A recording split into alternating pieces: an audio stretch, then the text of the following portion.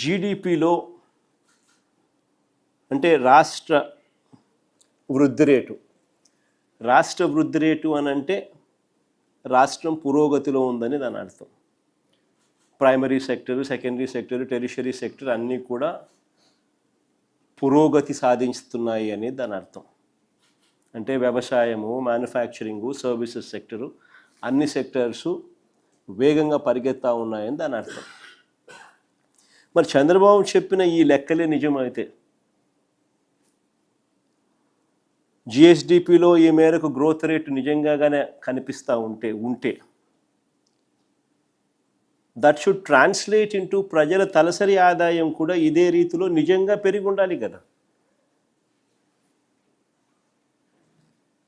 That should translate into ప్రజల తలసరి ఆదాయం కూడా ఇదే రీతిలో నిజంగానే పెరిగి ఉండాలి కదా. ఆ తలసరి ఆదాయం నిజంగానే ప్రజలకు ఆదాయాలు నిజంగానే పెరిగి ఉంటే తద్వారా వాళ్ళ